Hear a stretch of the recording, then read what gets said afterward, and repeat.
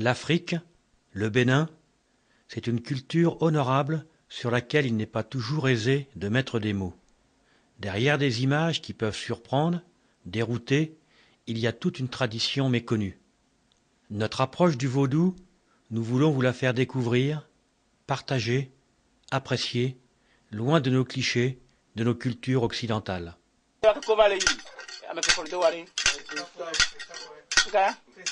Christophe,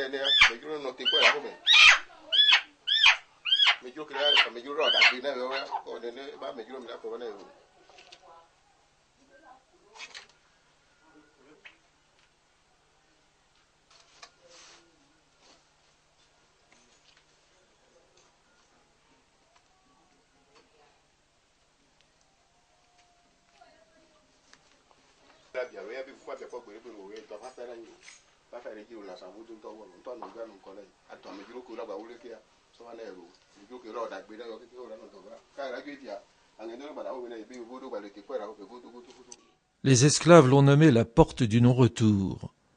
Enchaînés, humiliés, maltraités, ils étaient en partance vers un nouveau monde.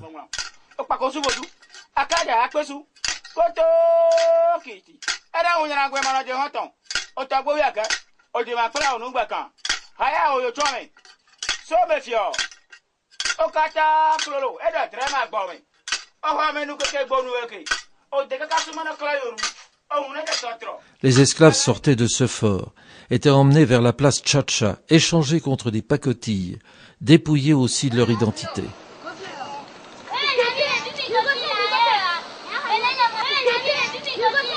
Ici se trouvait l'arbre de l'oubli, autour duquel les esclaves mâles tournaient 9 fois et les esclaves femelles 7 fois, dans l'intention d'oublier leur provenance, leur passé et devenir des êtres sans culture, sans résistance et sans volonté.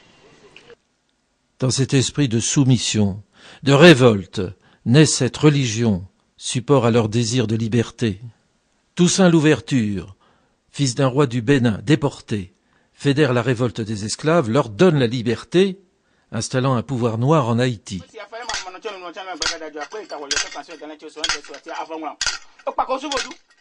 Avec le retour des esclaves, le vaudou revient vers ses racines, l'Afrique, le Bénin. Nous sommes restés nous-mêmes. Au lieu de dire Lisa, par exemple, c'est Marie à la Vierge Marie. Au lieu de dire Fredioso, par exemple, le dieu de la foudre, on dit Saint-Michel. Et on peut mettre une image de Saint-Michel là et faire les cérémonies de la tradition africaine, les cérémonies de vaudou. C'est là le syncrétisme, pour moi. Pour leur permettre d'être eux-mêmes, malgré le contexte dans lequel on les a plongés, malgré eux. Donc ils suivent leur maître qui ne veulent pas de vaudou. Ils font nos chansons pour leur Vierge Marie, pour Saint-Michel, pour Sainte-Thérèse. Et ils savent que c'est pour tel Dieu qu'ils le font.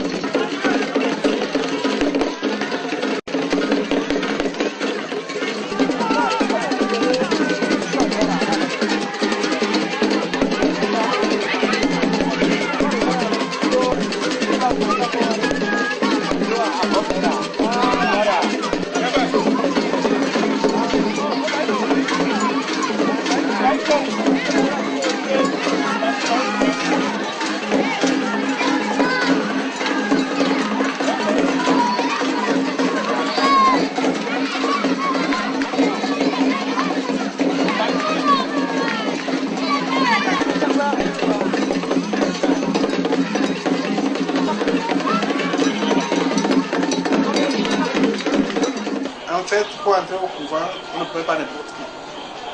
Quand l'enfant naît, on cherche sous l'égide de qui il est né, si c'est un vaudou. On sait depuis 7 mois, 6 mois, 7 mois qu'il est destiné à tel vaudou. Et on lui fait une première cérémonie. Nous sommes 38 que mon père a mis au monde, mais c'est moi qui est le seul. Quand on a consulté, le Seigneur a dit que c'est moi qui va rester auprès de Petit. Donc je suis là maintenant, ça fait 25 ans que je travaille. Dans un temple, globalement, on apprend la langue. On ne parle pas la langue ordinaire, on apprend la langue du vaudou. Tongo est calé. Et le joku. Et on yomi dada. Tu vas sous les fonds. Ils apprennent alors les philosophies, les bases et les secrets de ce vaudou. Ouidah est une ville historique dont la notoriété devra s'accroître au-delà de nos frontières.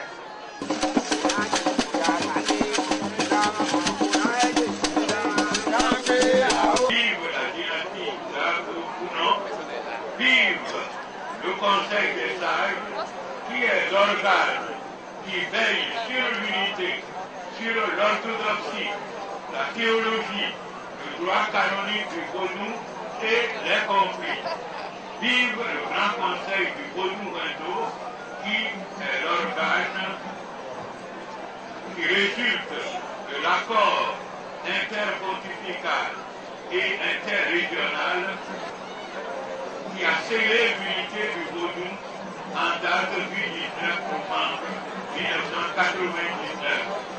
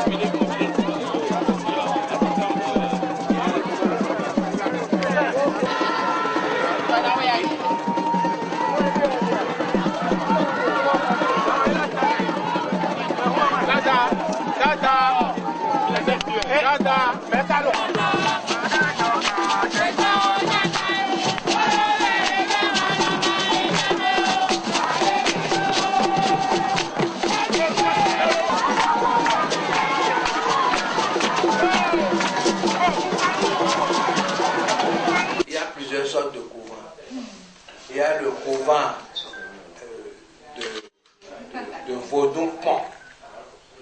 Vaudon-Pont, c'est-à-dire, c'est eux qui mettent, ils ont le pouvoir sur les choses.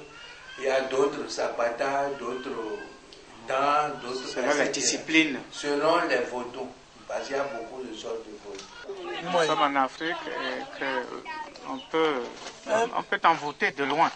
Pareille situation, si tu viens te confier à ce prêtre vaudon et à travers lui, à ces vaudons, tu seras sauvé. Donc c'est des vaudons contre la sorcellerie. C'est le nouï, nous, la chose, ni le nom. Il va falloir prononcer le nom réel. Il a encore Tony. Les paroles incantatoires. Donc, à travers ces incantations, des esprits vont descendre sur ce. Encore, c'est un coq. Ils vont le tuer sans que ce soit devant nous. Ce coq va s'éteindre, va mourir. Ce vaudou, il le vide de son sang. Après cela, nous allons essayer de l'égorger, et le sang qu'on va voir une fois l'opération terminée sera un sang noir. Et que le reste de l'alcool utilisé pour le vaudou, on se le partage. Ça lutte contre les mauvais esprits.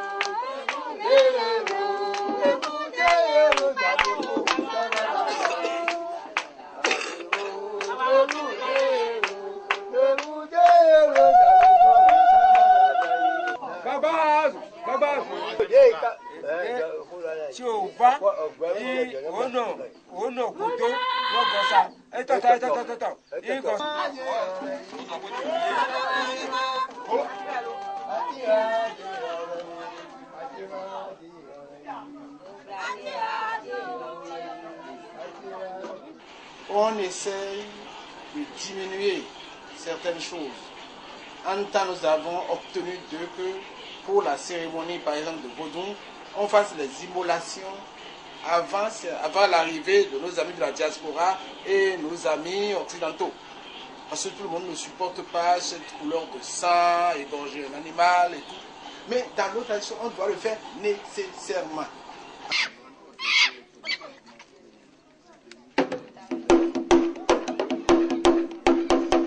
Avant que le vaudou sorte, il faut qu'il y ait, on ait égorgé une bête, il faut que le sang tombe dessus avant que le vaudou sorte. Mais on préfère, pour ne pas offusquer les gens, dire de faire ça avant l'arrivée des Occidentaux qui ne supportent pas.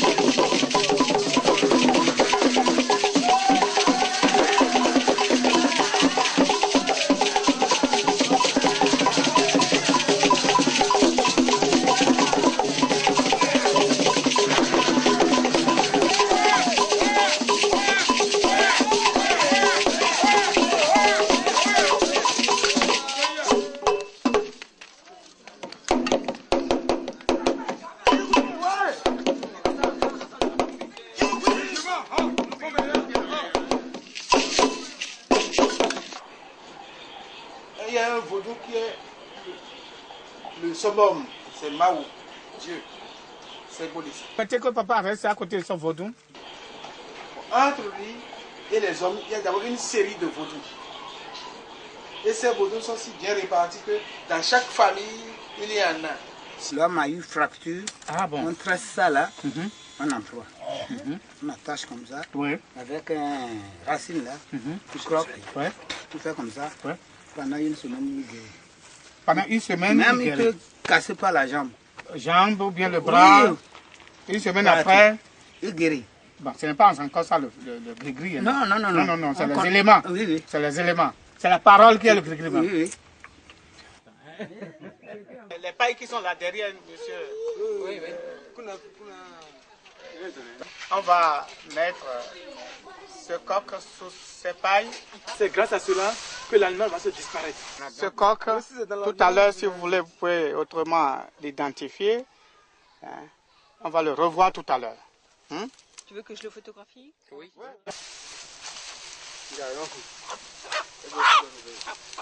Fermez vous-même. Fermez vous-même. Donc, prenez ça. Fermez. Allez.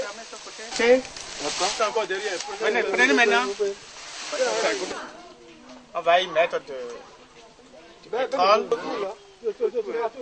ici aussi. En bas. Par ici pour qu'on ait et mettre feu. Voilà.